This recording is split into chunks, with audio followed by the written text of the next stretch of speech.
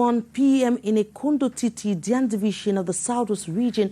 You're watching the bilingual edition of the news on Canal de International. Bonjour, Junior Osa. Bonjour, Régina Leke. Bonjour à tous et bienvenue au 13h sur Canal 2 International. Voici les titres de votre journal.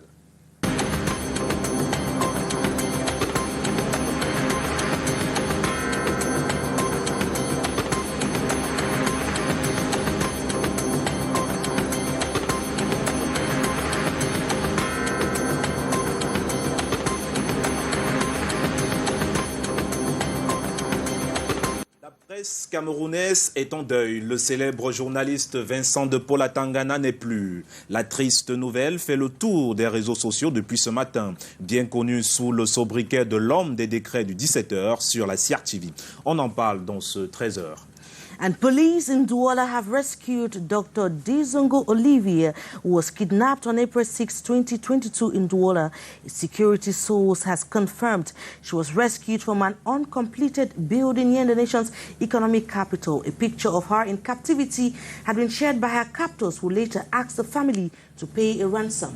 Circulation difficile à Yaoundé depuis le retour des pluies. Les routes sont rongées par les averses et des nids de poules dictent leurs lois aux usagers. Le triste tableau dans ce journal. And the rains have come, so too have mangoes. The edible stone fruit is slowly but steadily making its way into the market. But the prices for now are still far from the reach of the common man. And this newscast, Umul Kusumi, will be talking to some mango sellers who advance reasons for high prices. En sport, déjà plusieurs entraîneurs du championnat Elilouane du Cameroun suspendus pour des résultats catastrophiques. Dans ce journal, on vous offre l'affiche de ces clubs aux entraîneurs jugés incompétents. Voilà pour les titres.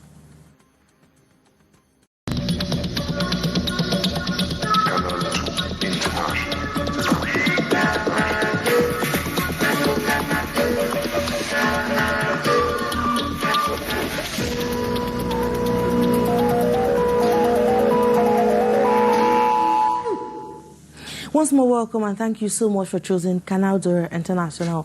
The first part is with you, Junior. Et nous débutons ce journal avec cette triste nouvelle. Le monde médiatique camerounais est en deuil. Vincent de Paul Atangana a cassé sa plume.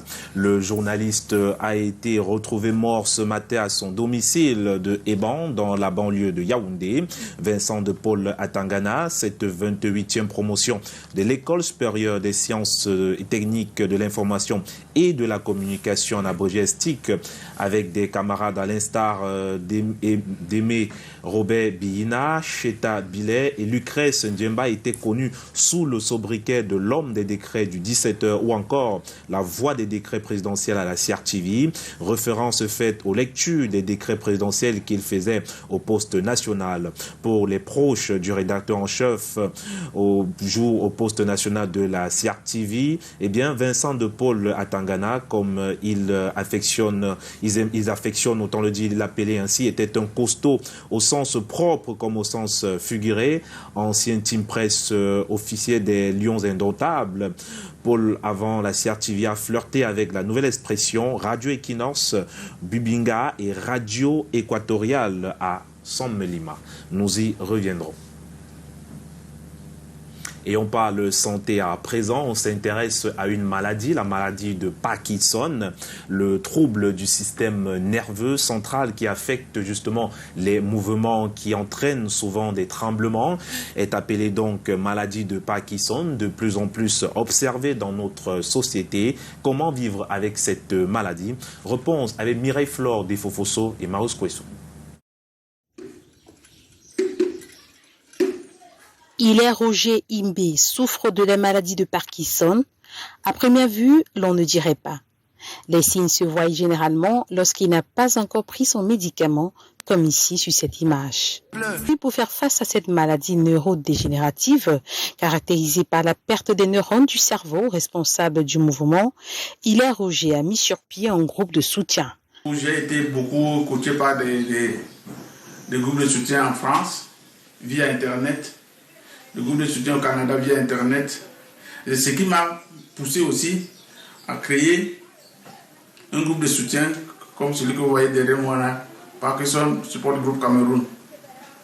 C'est l'unique groupe de soutien qui existe en Afrique centrale et qui traite sur la maladie de Parkinson. Maladie mal connue au Cameroun, d'où le problème du bon diagnostic. Et quand bien même il est bien posé, celui de la rareté du médicament se pose et les manifestations varient d'un malade à un autre. Chaque Parkinsonien fait son Parkinson. Je peux avoir des tremblements, toi tu n'as pas. Je peux avoir plus de problèmes d'émotion, toi tu as plus de tremblements. Donc nous venons dans cette plateforme-là pour essayer de voir les expériences qui concernent notre malade ou nous-mêmes. Aujourd'hui, ces malades pour se déplacer ont besoin des aidants.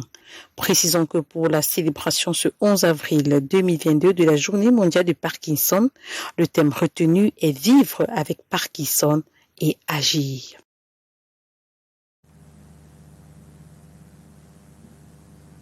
Politique à présent, le président national du PCRN était récemment à Soir, dans la Meufou à Famba. Cabral Libi est allé personnellement installer les membres du bureau du comité d'arrondissement du PCRN. Objectif, remobiliser les troupes pour la présidentielle de 2025. Daniel Anissé Boudier et Samuel Ebakis. Je déclare donc officiellement. Le président du PCRN, Cabral Libi, a profité de sa tournée politique dans la Meufou à Famba pour installer officiellement ce 8 avril le bureau du comité d'arrondissement de son parti à Soua. Une dizaine de militants qui mouillent le maillot au quotidien pour que vive le PCRN dans cette circonscription. C'est une ville qui a servi de rampe de lancement à la dynamique qui a donné lieu aujourd'hui à ce que devient ou est notre fulgurance politique. Et il y a un groupe qui s'est constitué sous la direction de Madame Bissa, qui en est la présidente. L'objectif, c'est que 2025, nous gagnions cette ville, que nous gagnions ce département. Et ce sera le cas. Mais il faut commencer par poser des bases, construire une fondation, poser des jalons. C'est ce que nous sommes venus faire et entretenir la base et la population sur notre offre politique. Aux législatives de 2020 déjà, le Parti camerounais pour la réconciliation nationale a fait bonne impression ici, en obtenant 17 points, bien que n'ayant pas le moindre conseiller municipal. Le bureau du comité d'arrondissement en place est appelé à redoubler d'efforts pour faire de Soua et environ un vivier électoral du PCRN à la présidentielle de 2025. C'est une interpellation et je pense que dans les propos du président national aujourd'hui à notre endroit, nous avons été interpellés. Il a demandé de marcher. Allez-y, marchez. Nous devons donc être prêts pour 2025. Je pense que ça nous fait comprendre qu'il y a beaucoup de stress. Nous devons travailler. On ne doit pas dormir. Ça commence par l'acquisition d'une carte d'électeur. Le meeting de ce 8 avril a permis d'enrôler un nombre important de jeunes, potentiels futurs électeurs du PCRN. Nous disons ce que nous faisons. La suite avec vous, Regina. The Junior police in Douala have rescued Dr. Dizongo Olivia of the Nilong District Hospital, who was kidnapped on April the 6th, 2022 in Douala. A security source has confirmed she was rescued from an uncompleted building in Douala. A picture of her in captivity had been shared by her captors, who later asked the family to pay a ransom. We cannot independently confirm allegations that the family paid the sum of 2 million francs CFA, but police in Bonanjo are working on a possible simulation of the kidnapping to extort money from the family. And the people of Ekondo Titi in the Indian Division of the Southwest region have continued to decry the atrocities that have been perpetrated in that part of the country since the degeneration of the armed conflict in the Southwest and Northwest region of Cameroon. Now the media cries known during the paying of last respect to their late mayor, Mr. Nanchi Kenneth, and 3 of his collaborators who perished in a recent attack by separatist fighters in Ekondo Titi. More in the following report with you, Ines Ondwambala.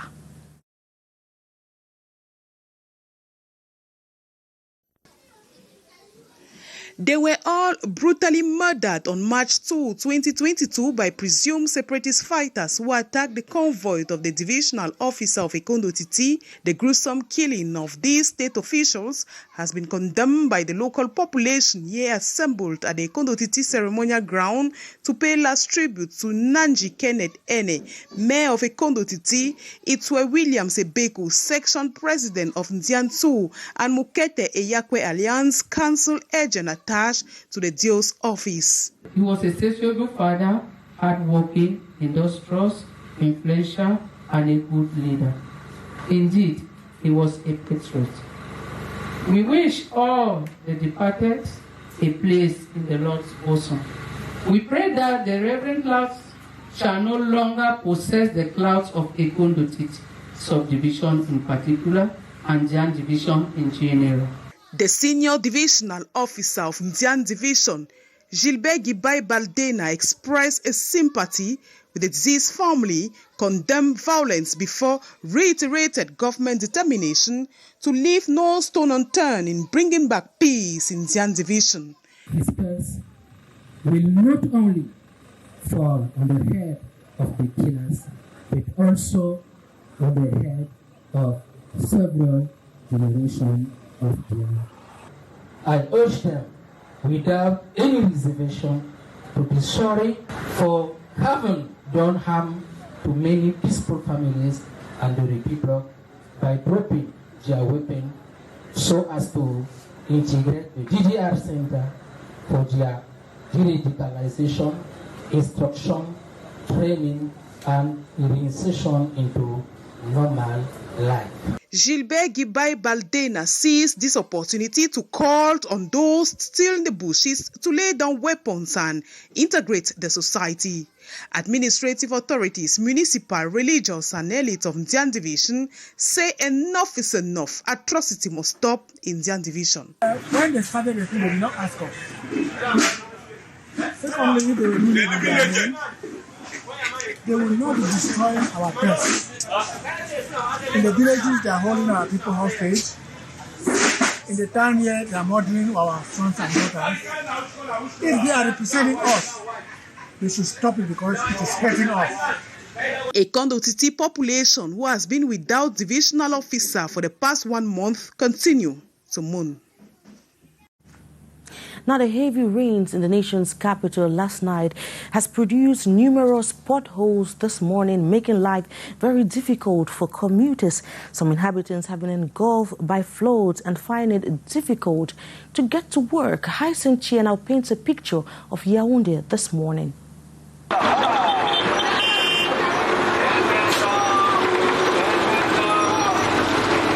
A nightmare after heavy rains at this part of the road here at the Tudi market in Yaoundé. The potholes getting wider and deeper, putting drivers and inhabitants into a very difficult situation. On a du mal de voir les manettes glisser, les voitures qui créent beaucoup d'embouteillages. Franchement, comme vous-même pouvez le constater là, ici le matin c'est plus grave que vous voyez en journée là. Tu sors de chez toi, tu fais même 1 heure de temps à l'embouteillage que tu ne parviens pas à rouler. Same image in other parts of the capital city like Mokolo and Oyomabang. And here at the Olembe neighborhood, south of the sports complex, the rain has completely cut off this bridge.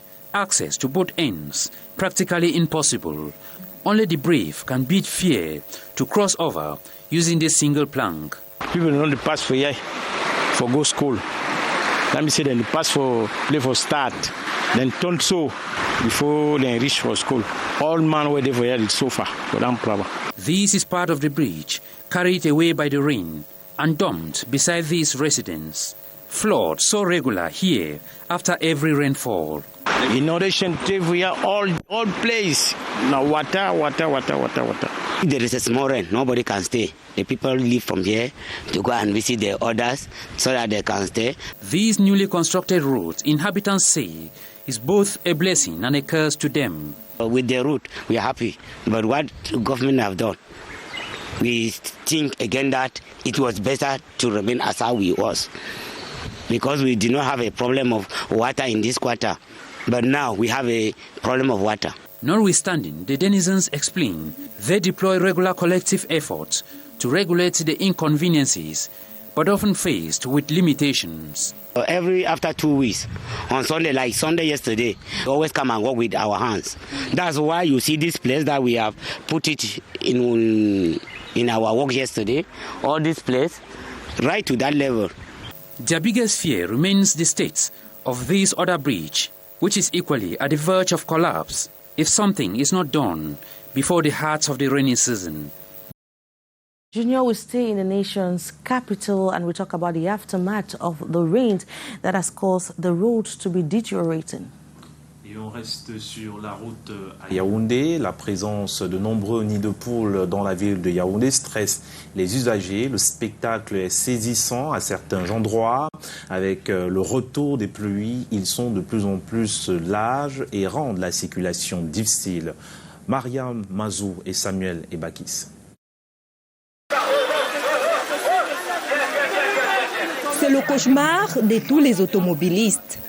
D'immenses nids de poules qui mettent les véhicules à rude épreuve. Nous sommes au cœur du marché des Toudis. Ici, il faut être un bon combattant pour y passer. Il y a le mauvais état de la route qui est dégradé et sale. Parce que comme moi là, je viens de sortir à la verrerie. Tu peux me dire que tu sors de chez toi, tu fais même 1 heure de temps à la moitié, que tu ne parviens pas à rouler, que les gens sont en route, ils vendent en route, tu ne peux pas passer. Ce mauvais état de route ralentit l'activité économique chez les petits commerçants. Oui, c'est comme ça que vous voyez. Vraiment étudié, c'est mauvais. Nous on travaille, on ne puisse pas travailler parce que la route n'est pas bonne. Si certains arrivent à les éviter parfois dangereusement, d'autres n'y échappent pas. Actuellement, il y a un matin qui vient de tomber ici, là, jusqu'à se noyer dans la piscine que vous voyez là. Et nous sommes vraiment étonnés de voir notre pays ainsi. Plus loin, au quartier Olembé, on assiste à un autre scénario. Ce pont n'a pas pu résister à la pression des eaux. Les populations riveraines obligées d'emprunter d'autres voies pour vaquer à leurs occupations. Comme ça, je vais au champ. Je n'ai plus là où traverser. Et pourtant, on s'est débrouillé sur notre tronc d'arbre. Ils sont venus enlever. Nous voici maintenant. Moi, voilà, je voulais aller mettre le maïs au sol. Je n'ai plus moyen de traverser. Nous vivons des inondations ici quand il pleut. Et on n'a pas l'accès. On ne parvient pas à sortir du quartier aisément. On a eu trop de problèmes ici depuis presque 2007. Après, le gouvernement est venu nous dire que ils vont nous aider à faire un bon pont. Voilà ce qu'ils ont fait. Ils ont mis juste le tuyau. Voilà l'autre morceau que la pluie a. Voilà l'autre morceau que le torrent a apporté. Nous, on est parti fouiller comment on chasse le rat dans la poubelle en bas là. Ils appellent le gouvernement au secours avant que leurs habitats ne soient noyés par les eaux. Lutte contre les auto-écoles clandestines. À l'ouest, les responsables départementaux du transport effectuent une descente dans ces auto-écoles de la MIFI dans le but de contrôler la qualité de la formation. Walter Bertrand et Dimitri Kuaté. Certains promoteurs d'auto-écoles dans le département de la MIFI ont transformé leur structure en lieu de commerce, véritable nid de la corruption. Les candidats monnaie se présentent directement à l'examen de permis de conduire sans formation théorique ou pratique. La chasse aux auto-écoles clandestines devient nécessaire face au marchandage. À la recherche effrénée du gain, les responsables des transports du département de la MIFI ont décidé d'éradiquer ces pratiques. Ils viennent d'effectuer une descente inopinée dans plusieurs auto-écoles de la ville de Bafoussam. Tout simplement pour vérifier que les candidats sont bien formés. Vous savez qu'il y a un examen de permis de conduire qui a lieu le 30 avril prochain. Il s'agit pour moi d'aller d'auto-école en auto-école pour m'assurer sur place que ces candidats sont bien formés.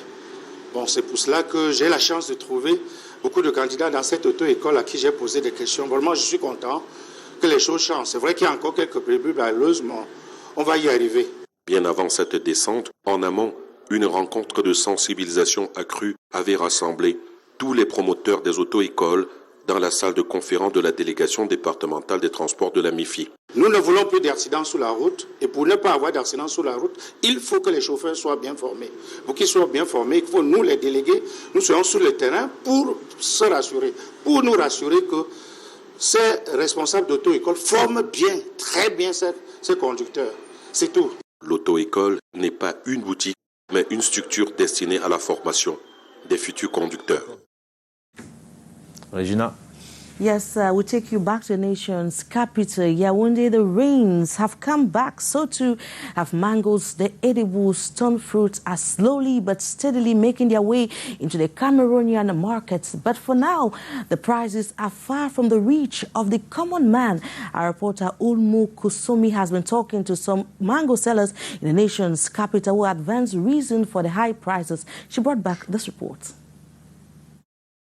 Mangoes in abundance at the Frundi markets in Yaoundé. Retailers say they buy a carton each for 25,000 francs, divide into heaps of 500, 1,000 and also 2,000 francs to be able to maximize profits. Though consumers massively go for the precious fruits, they decry the high prices. They are expensive because I bought 6 mangoes for 1,000 francs, but I have no choice because I need fruits for my fasting. According to nutritionists, mangoes are very rich and good for the body. Mangoes contain a lot of nutrients. It helps in digestion. Very rich in vitamin C. That helps for the body and skin. It is also good for those people having cancer. They contain vitamin A and B, in which they are also very good for vision.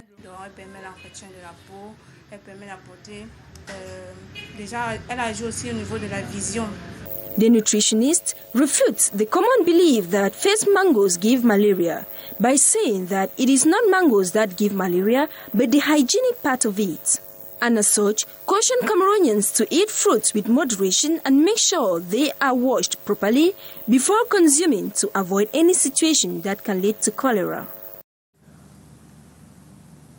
And the Minister of Economic Planning and Regional Development, Alamine Ousmane Mey, has received in audience the new Egyptian ambassador to Cameroon, Her Excellency Daila Fayez Farik.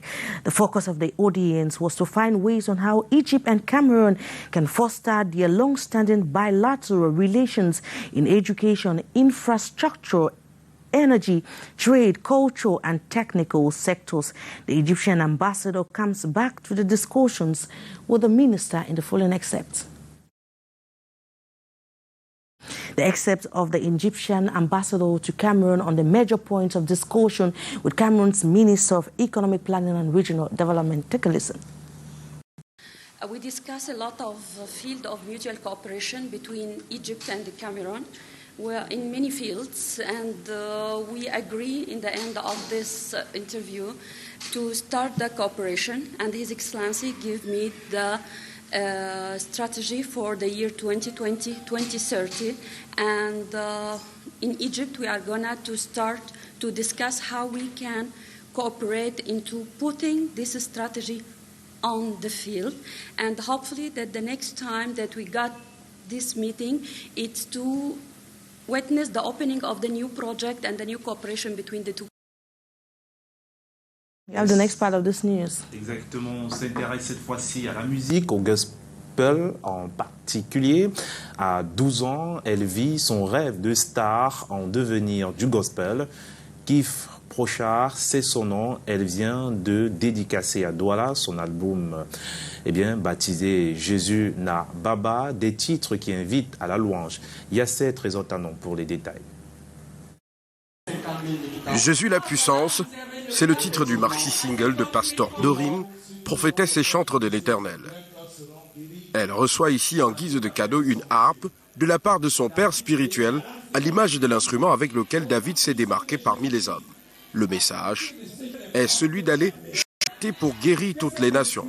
Tu passeras dans les hôpitaux, il te suffira de chanter, et les malades seront guéris.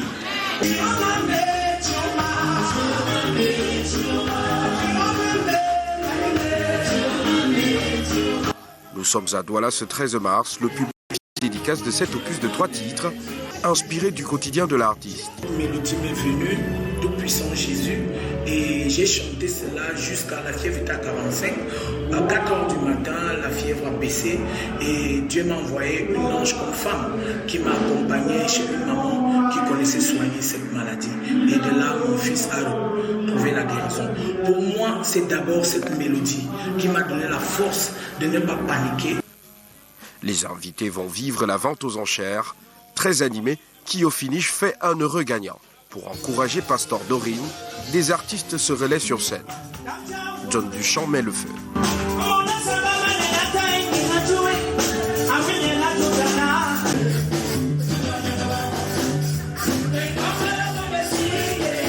La doyenne Marie apporte sa touche à l'événement.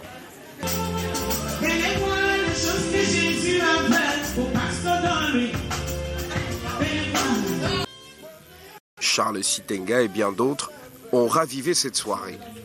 Pastor Dorine, avec son maxi single Jésus la puissance, frappe un grand coup dans l'univers gospel, avec ce spectacle dédicace live. Vous l'avez rectifié vous-même, il s'agit plutôt de la dédicace des chansons de Pastor Dorine. Eh bien, on parle sport à présent. Déjà, 3 entraîneurs du championnat Elite One suspendus pour mauvais résultats. Diko de Badjoun, Racing de Bafoussam et Coton Sport de Garoua. Ces équipes ont un début de saison chaotique. Le club de Garoua, par exemple, peine à gagner un match en championnat. Voyons cela avec David Sandio et Luciano Ndiankou. La plus surprenante de ces équipes est Coton Sport de Garoua. Le club du Septentrion aligne 11 matchs toutes compétitions confondues sans la moindre victoire. Ce qui a conduit à la suspension de Aboubakar Souleymanou, son entraîneur. L'équipe qui marchait il y a quelque temps sur notre championnat doit désormais revoir sa stratégie. Les grandes performances du Coton Sport sont devenues rédhibitoires. C'est par rapport à la préparation. Et vous savez très bien que l'environnement du football du Cameroun en ce qui concerne le championnat de première division a changé. Les équipes sont énormément motivées. Parce qu'avant, Coton Sport dormait sur ses lauriers, pensait simplement qu'il fallait faire peur par rapport à son histoire en termes de retrait-projection. En plus de Coton Sport, ça bouge aussi sur d'autres bancs de touche. Dieudonenki cède son fauteuil à Yves Clément Aroga au sein des Djiko FC de Bandjoun. Le Racing Club de Bafoussam, après la succession des contre-performances, fait suspendre Foto Bernard. Ici, la crise est même portée sur les joueurs qui, dans ce manuscrit, annoncent le mal-être. Le point commun pour ces clubs est la carence des résultats. Un président met de l'argent. Ce qui peut attendre, c'est le résultat. Quand le résultat n'est pas accompagné des efforts faits au niveau de l'administration, on ne peut qu'arriver à ce genre de décisions. Une mise à l'écart des seigneurs des différents bancs de touche qui, au regard de certains acteurs, est précipitée. Un entraîneur doit se juger sur une phase du championnat, pas sur le nombre de matchs joués au départ. Parce que il faut laisser le temps que la mayonnaise puisse prendre. On peut regarder le cas aussi du Barça dernièrement. L'entraîneur n'était pas mauvais, mais il y avait un malaise profond. On croit que Xavi a fait le miracle. Non, ce n'était pas le miracle. C'est un problème fondamental. Au-delà de l'entraînement, il y a le jeu, il y a le mental, il y a l'administration. Déjà 7 journées du championnat national MTN Elite One et les équipes revoient les stratégies dans un championnat qui se veut très... Regina? Yes, in more sports news, Cameroonian-born Philadelphia 76ers star Joel Hans Embiid has become the first international player to clinch the National Basketball Association title as top scorer. Now, this happened after the last game over the weekend. As you tell us, Stephanie Chin.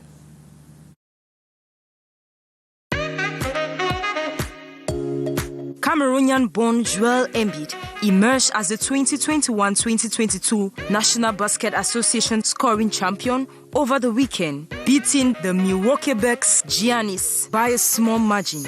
While Embiid averaged 30.6 points per game, Giannis finished the regular session with 29.9. LeBron James was Embiid's closest competitor at 30.3 points per game. The Los Angeles Lakers forward, however, played less than the 58 required matches to get included in the scoring title race.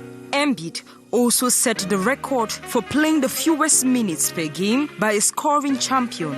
The Cameroonian candidate also became the first center to average over 30 points for a season since Moses Malone did it in 1981-1982 when he won the Most Valuable Player title.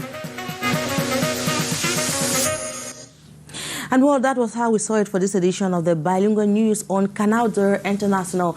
Thank you so much for watching, but stick around if you can. More news from the regions come up at 3:30. And at 6:15, Maureen Deal will be back for the news in the English language. At 7:15, Disnever 50, Alain Ghislain Kanga will be back for the news in the French language. But from us here in the studio, it's goodbye and God bless. Bon après-midi, Junior San. Bon après-midi, Régina Lequet. Merci à tous de nous avoir regardés. Prenons rendez-vous demain quand il sera 13h. Au revoir.